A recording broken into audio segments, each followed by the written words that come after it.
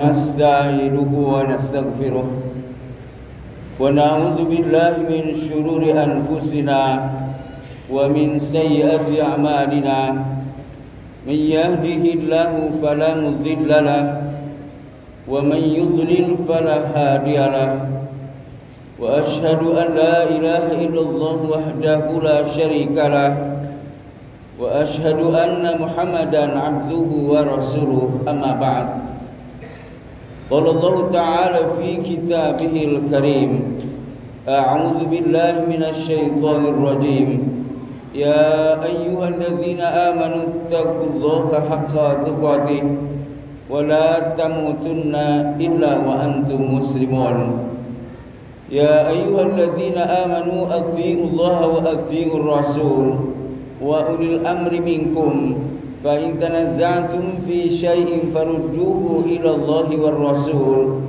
إن كنتم تؤمنون بالله واليوم الآخر ذلك خير وأحسن تأويلا وقال رسول الله صلى الله عليه وسلم فإن خير الحديث كتاب الله وخير الهدي هدي محمد وشر الأمور محدثاتها وكل محدثة بدعة وكل بدعة ضلالة وكل ضلالة في النار.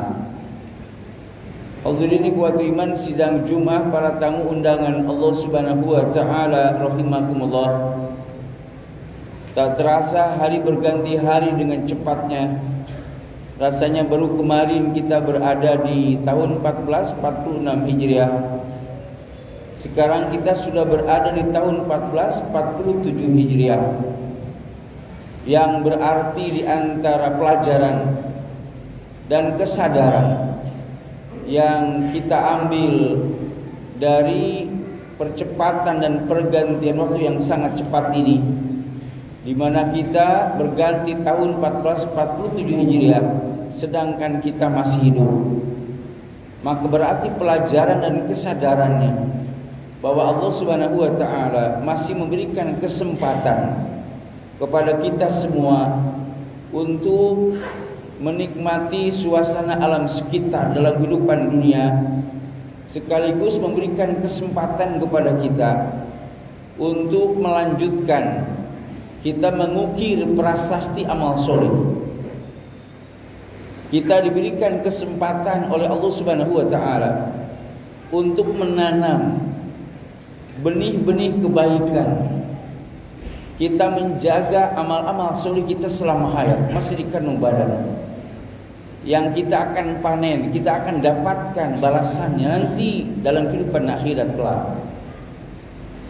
Maka ikhwatiban rahimakumullah, dengan kesadaran bahwa Allah memberikan kembali usia, jatah umur dari Allah Subhanahu wa taala, maka setiap kita tentu menyadari bahwa kita punya tanggung jawab dari kepercayaan yang diberikan Allah kepada kita dalam urusan umur, dalam urusan usia, bahwa kita harus mampu menghadirkan amal-amal kebaikan selama hayat masih di kandung badan.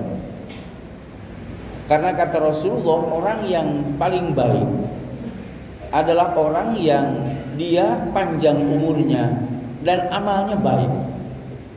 Sebagaimana hadis riwayat Imam At-Tirmidzi, bahwasanya Rasulullah sallallahu alaihi wasallam pernah ditanya oleh sahabat, ayyun nasi khair, siapa manusia yang paling baik? Maka Rasul menjawab bahwa manusia yang paling baik adalah man tala umruhu wa hasuna amaluhu, orang yang usianya panjang dan amalnya baik. Sebagai bukti juga rasa syukur kepada Allah Subhanahu wa taala. Maka dengan umur yang diberikan Allah, tambahan kehidupan bagi kita, maka ketika kita menghadirkan amal terbaik, berarti kita manusia yang bersyukur kepada Allah Subhanahu wa taala atas umur tersebut. Bagaimana himakumullah? Dan tentu dengan kesadaran itu kita harus membuktikan bahwa kita termasuk hamba Allah yang bersyukur dan selalu menghadirkan amal-amal terbaik. Bukan amal biasa lagi, tapi amal yang luar biasa. Karena diberikan kesempatan oleh Allah menikmati kehidupan ini juga kenikmatan dari Allah Subhanahu wa taala, itu juga luar biasa. Maka jangan sampai kita termasuk orang yang justru tidak bersyukur, tidak mampu menghadirkan amal-amal ibadah, amal soleh yang terbaik. Dan bagaimana cara membuktikannya? Maka tentu rumusnya ikhwatul iman, bagaimana kita mampu menghadirkan amal terbaik itu. Dan tidak ada amal yang paling baik berdasarkan ketentuan Allah dan Rasulnya selain mereka yang mampu menghadirkan amal yang memenuhi paling tidak dua kriteria, paling tidak dua variabel yang ia harus penuhi untuk menghadirkan amal terbaik. Yang pertama adalah bahwa amal tersebut dilakukan landasannya semata-mata karena Allah, yang disebut dengan ikhlas. Karena Allah Subhanahu wa taala tidak butuh kepada siapapun yang beribadah kepadanya tanpa mengikhlaskan dirinya dalam beribadah kepada Allah secara lurus. Hanya orang yang ikhlas itulah yang Allah kehendaki bahwa dia melakukan ibadah, melakukan amal-amal terbaiknya.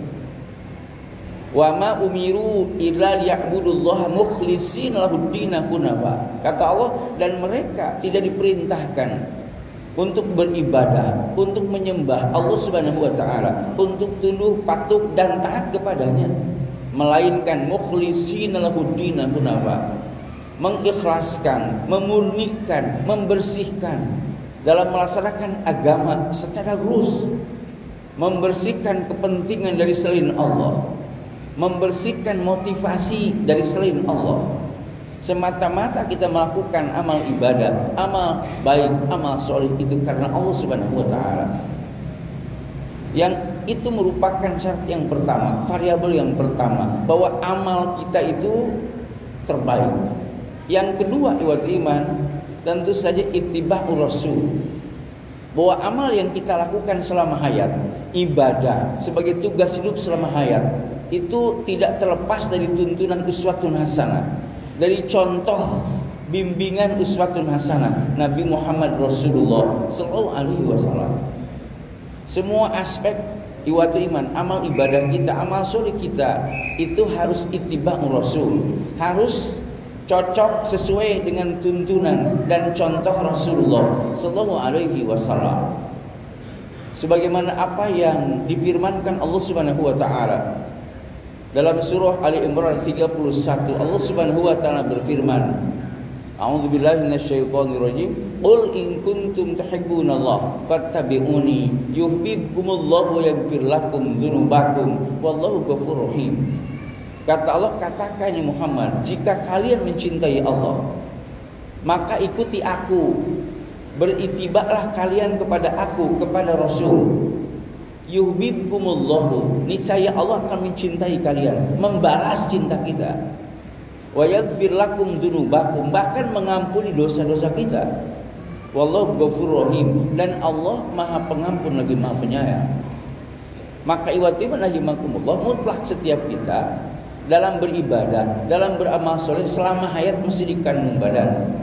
Dari mulai hubungan kita dengan Allah Subhanahu wa taala sampai hubungan kita dengan manusia dan alam sekitar.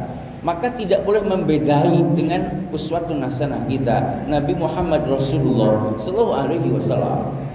Hubungan kita dengan Allah, hubungan kita dengan sesama, dengan alam sekitar mencerminkan apa yang telah dicontohkan oleh Rasulullah sallallahu alaihi wasallam. Itu ittiba'ur rasul. Maka tidak disebut amal yang terbaik jika amal yang kita kerjakan tidak berdasarkan ikhlas karena Allah dan tidak sesuai dengan tuntunan Rasul. Bagaimana himakumullah, niat kita melakukan ibadah harus karena Allah. Cara kita melakukan ibadah dan amal soleh ibadah iman harus dengan petunjuk Rasul. Jangan membedai, jangan menyalahi ibadah iman. Jika kemudian kita menghadirkan amal tidak ikhlas maka gugur. Jika ikhlas tapi tidak sesuai dengan tuntunan Rasul, gugur. Bahkan secara khusus Rasul bersabda dalam hadis riwayat Imam Muslim dari sahabat Abu Hurairah, dari sahabat Aisyah radhiyallahu anha, bahwasanya man amila amalan laisa ali amruna fahuwa raddun. Barang siapa yang melakukan satu amal perbuatan yang tidak berdasar perintah dari kami, maka dia tertolak. Maka rumus ikhwati iman dalam melaksanakan ibadah, dalam melaksanakan amal soleh itu, maka hendaklah setiap kita merujuk kepada tuntunan Allah dan Rasulnya. Dan itu merupakan sebuah langkah yang nyata bahwa kita ingin menghadirkan amal terbaik dengan umur yang diberikan Allah Subhanahu wa taala sebelum nanti ajal kita tiba masing-masing. Maka saya ingin menghadirkan amal terbaik, yakni amal yang dilakukan berdasarkan ikhlas dan sesuai dengan tuntunan Rasulullah sallallahu alaihi wasallam. Yang disebut dengan ikhlas itu merupakan buah iman. Puncak dari buah iman itu adalah ikhlas. Di mana kemudian seseorang dia beramal apapun bentuk amalnya dari kebaikan. Inna sholati wa nusuki wa mahyaya wa mamati lillahi rabbil alamin. Surah Al-An'am 162. Sesungguhnya sholatku, ibadahku, hidup dan matiku hanya untuk Allah Rabb semesta alam. Waktu mana himakumullah. Kemudian menghadirkan dari amal tersebut caranya sesuai dengan tuntunan Rasulullah sallallahu alaihi wasallam. Maka ikhlas itu buah iman. Sedangkan ittiba'ur Rasul di samping buah iman, buah ilmu. Itu menunjukkan berarti kita tidak akan tahu tentang ibadah, tentang amal sholih, tentang kebaikan yang sesuai dengan tuntunan Rasul jika kita tidak memiliki pengetahuan tentang itu. Tentu rumusnya jelas. Jika kita ingin mengetahui harus menuntut ilmunya. Berarti waktu iman, upaya yang kita lakukan, ikhtiar yang kita lakukan adalah kita harus gemar menuntut ilmu agama Allah itu. Karena orang yang dia tidak gemar menuntut ilmu agama Allah, maka tidak mungkin dia bisa tahu tentang amal ibadah, tentang amal sholih sesuai dengan apa yang ditetapkan Allah dan Rasulnya, tidak akan tahu. Tapi aneh, ada orang, dia melakukan perbuatan itu. Katakanlah beribadah, ibadah sholat Jumat.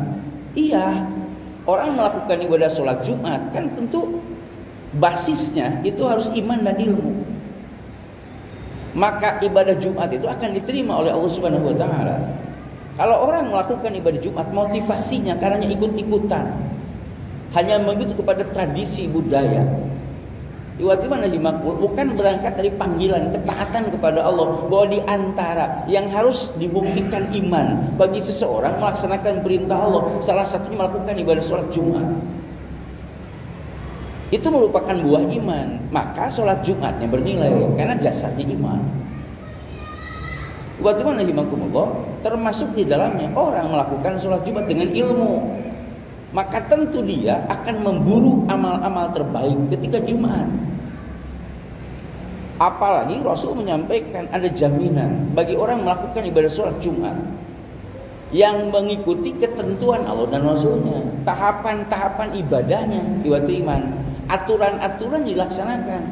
Maka ketika sholat Jumat kata Rasulullah, orang tersebut akan diampunkan dosa dan kesalahannya. Jumat yang itu dengan Jumat yang akan datang ditambah dengan 3 hari. Rujuk hadis riwayat Imam Muslim misalnya, Rasul bersabda, manigtasala yaumal jumu'ati. Siapa yang dia mandi hari Jumat, tsumma atal jumu'ata, kemudian dia datang ke tempat sholat Jumat, tsumma sholat maqudirulahu, kemudian dia melakukan sholat iwatu iman, yang sholat tersebut yang ditakdirkan Allah, maksudnya sekemampuan dia, yang dalam bahasa para ulama disebut dengan sholat indidhar, sholat menunggu imam naik mimbar. Kemudian kata Rasulullah, kemudian dia tumaan sota, kemudian dia diam menyimak khutbahnya imam. Lalu kemudian iwat iman hatta yafrugul imam min khutbati, sampai imam selesai dari khutbahnya, dia memperhatikan khutbah imam, tidak meleng iwat iman, tidak tidur iwat iman, tidak bercanda, tidak memalingkan perhatian dari imam yang sedang berkhutbah. Kemudian sumayusolli ma'ahu, lalu kemudian orang itu sholat Jumat bersamanya. Ghufirallahu ma bainal jum'ah wal jum'atil ukhra wa fadla salasati ayyam. Maka diampunkan dosa orang itu dari Jumat yang itu dengan Jumat yang akan datang, ditambah dengan 3 hari. Berarti 11 hari paling tidak ya, diampunkan dosa orang itu. Dan orang beriman sangat menghendaki diampunkan dosa. Sebab jika dosa tidak punya, pasti dia masuk surga dan tidak menyentuh siksa api neraka. Maka orang punya iman pasti akan memburu itu, ditambah dengan pengetahuan bahwa dia tahu melakukan ibadah sholat Jumat berdasarkan sabda Rasulullah mendapatkan keutamaan yang sangat besar. Maka orang yang memenuhi iman dengan ilmu pasti memburu sholat Jumat dengan hebat. Dia akan menghadirkan ibadah yang luar biasa karena dia berdasarkan iman dan ilmu. Tapi orang jika tidak dengan ilmu datang ke tempat Jumatan iman karena tidak punya pengetahuan bagaimana sholat Jumat yang terbaik, maka seperti itu saja melakukannya, tidak beda dengan kemarin. Langkah penting bagi kita membuktikan bahwa kita termasuk hamba Allah yang bersyukur atas umur yang diberikan, maka kita akan melakukan amal-amal terbaik selama hayat itu. Buat iman rahimakumullah, ini sebuah catatan penting bagi kita. Pengetahuan itu penting buat iman, tapi menuntut ilmu itu sebagai basisnya. Nggak mungkin orang tahu kalau tidak menuntut ilmu. Persoalannya adalah sering di masjid-masjid ada majelis taklim, tapi yang hadir bisa dihitung dengan jari. Tapi ketika sholat Jumat orang banyak tuh iman. Padahal basis sholat Jumat diantaranya harus dengan ilmu. Harusnya tempat taklim itu diisi banyak. Kenapa? Mereka punya bekal melakukan ibadah. Termasuk diantaranya terkait dengan ibadah sholat Jumat yang sangat unik buat iman. Bahkan keutamaan yang sangat besar. Barakallahu.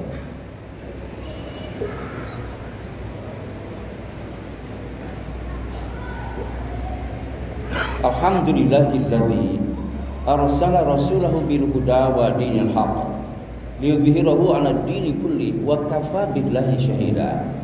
Asyhadu an la ilaha illallah wahdahu la syarika lah wa asyhadu anna Muhammadan 'abduhu wa rasuluhu. Amma ba'd.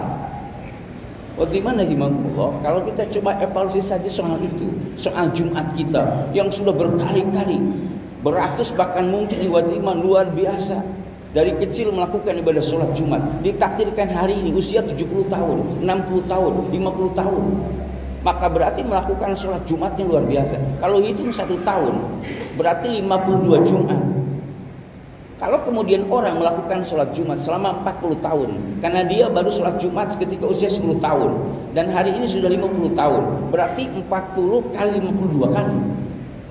Melakukan ibadah sholat Jumat selama hayat. Lalu dievaluasi, apakah pengetahuan saya tentang ibadah Jumat sudah sesuai dengan tuntunan Rasul atau tidak? Ketika iwan kita masuk ke masjid, karena sholatnya di masjid, maka Rasul SAW ketika berkhutbah Jumat, datang seorang sahabat iwan namanya Sulaik al-Ghatafani. Sulaik dari suku Ghatafan. Dia masuk ke masjid, Rasul sedang ceramah Jumat, lalu kemudian dia duduk. Lalu Rasul kemudian menghentikan khutbahnya, bertanya kepada Sulaik, "Sholaita, kamu sudah sholat belum?" "Belum," kata Rasul. "Sholli rakaatain, sholat dulu 2 rakaat." Yang hal tersebut mengajarkan Rasul kepada para sahabat seperti sabdanya, kata Rasulullah, "Idza dakhala ahadukumul masjida fala yajlis hatta yusolli rakaatain." Apabila seorang dari kalian masuk ke masjid, maka jangan duduk dulu sehingga ia sholat 2 rakaat. Yang dalam bahasa hadis ini disebut dengan tahiyatul masjid. Kata Rasulullah, "Inna lil masjid tahiyat." Sesungguhnya bagi masjid-masjid itu ada tahiyat, ada penghormatan. Wa inna tahiyatah, dan sesungguhnya penghormatan kepada masjid adalah rakaatani, yakni 2 rakaat salat. Itu disebut dengan salat tahiyatul masjid. Maka ketika orang masuk ke masjid, salat tahiyatul masjid. Pertanyaannya adalah, jika iman datang terlambat atau datang duluan tapi tempatnya di teras masjid, maka harus diketahui bahwa teras masjid itu bukan masjid. Iwan rahimakumullah, mana argumen dalilnya, petunjuknya? Berdasarkan hadis sahih riwayat Imam Al-Bukhari, bahwa ada para sahabat tidak kurang dari 70 orang, mereka fakir semua, dan mereka tinggalnya di emper masjid, di teras Masjid Nabawi. Jadi ketika mereka junub, iwan tidak melanggar, karena Allah melarang orang junub masuk ke masjid. Jadi mereka tinggalnya bukan di masjid, tapi di emper masjid, di teras masjid, iman. Sehingga mereka tidak melakukan pelanggaran kalau mereka junub, iman. Itu menunjukkan bahwa dari sejak dulu ada aturan bahwa ini masjid, itu teras masjid. Yang kemudian dikasih indikatornya, alamat cirinya, yakni ketika orang masuk masjid ada doa masuk masjid, Allahumma ftahli abwaaba rahmatika. Dan kapan dibaca ketika masuk? Logika masuk itu dari luar masuk ke dalam, iman. Pertanyaannya, masjid itu yang mana? di mana kita mengucapkan Allahumma ftah li abwaaba rahmatik. Tentu saja orang tahu, kalau tidak tertanya pengurus masjid. Kata pengurus itu yang ada pintunya. Itu merupakan batas masjid. Berarti baca doanya di situ. Logikanya bisa dipahami oleh pikiran kita bahwa orang yang sholat ikhwati iman yang di luar pintu tersebut atau di teras apakah di halaman, itu berarti dia sholat Jumatnya bukan di masjid. Maka tidak ada tahiyatul masjid bagi mereka, karena mereka sholatnya bukan di dalam masjid. Pengetahuan itu saja masih sangat minim. Kenapa? Orang tahunya kalau orang sholat Jumat pasti sholat 2 rakaat sebelumnya. Bukan soal itu. Itu terkait dengan tempatnya. Kalau orang sholat Jumat di perusahaan di situ ada aula bukan masjid, maka tidak ada sholat tahiyatul masjid. Jadi jangan ujuk-ujuk masuk ke sholat 2 rakaat. Ditanya sholat apa? Tahiyatul masjid. Ini bukan masjid tapi aula.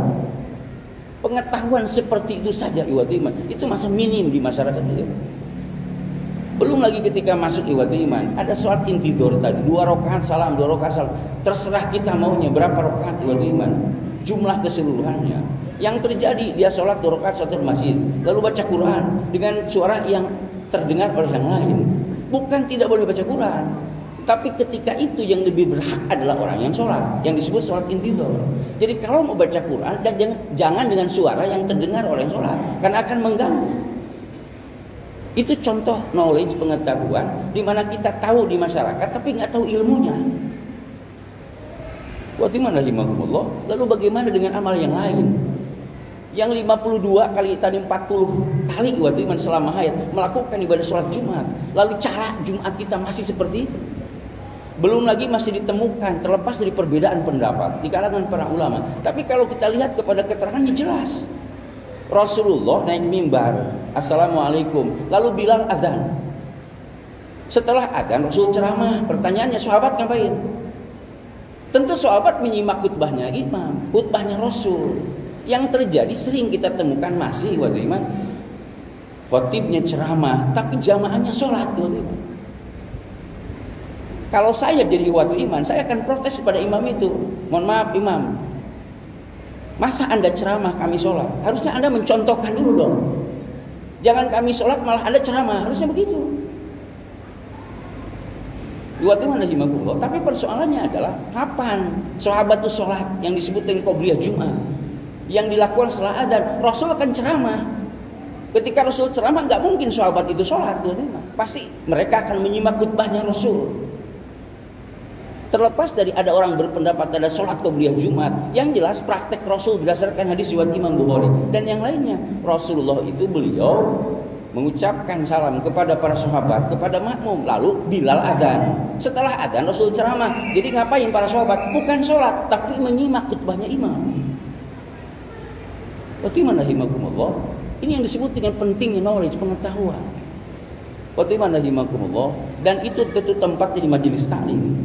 Karena di khutbah Jumat sangat terbatas waktunya. Karena itu gemarlah menuntut ilmunya. Jika kita ingin umur yang diberikan Allah itu menghadirkan amal-amal terbaik kita. Tanpa ilmu maka tidak bisa kita melakukan amal itu benar. Maka PR bagi kita benahi semua cara kita benahi manajemen kita dalam beribadah itu, termasuk ibadah Jumat. Maka harus berangkat dari pengetahuan, tanya kepada ahlinya, ajarkan kepada saya, beritahu kepada saya ibadah Jumat yang benar sesuai dengan tuntunan Rasul itu bagaimana. Dari mulai sebelumnya sampai selesai ada yang disebut dengan sholat ba'da Jumat, berapa rakaat, bagaimana cara melakukannya. Sebuah renungan bagi kita agar 1447 Hijriah kita hadirkan amal terbaik berbeda dengan tahun-tahun sebelumnya dan menghadirkan keikhlasan buah dari iman dan juga amalia ibadah yang benar sebagai buah dari ilmu yang kita dapatkan dari thalabul ilmi.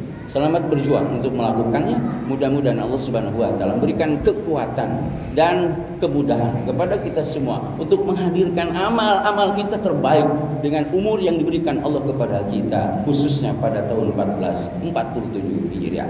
Mudah-mudahan Allah Subhanahu wa taala mengampuni segala dosa dan kesalahan kita dan menerima segala amal ibadah kita. Amin ya mujibas sa'ilin. Wallahu a'lam bissawab. Aqulu qouli hadza wa astaghfirullah li wa lakum.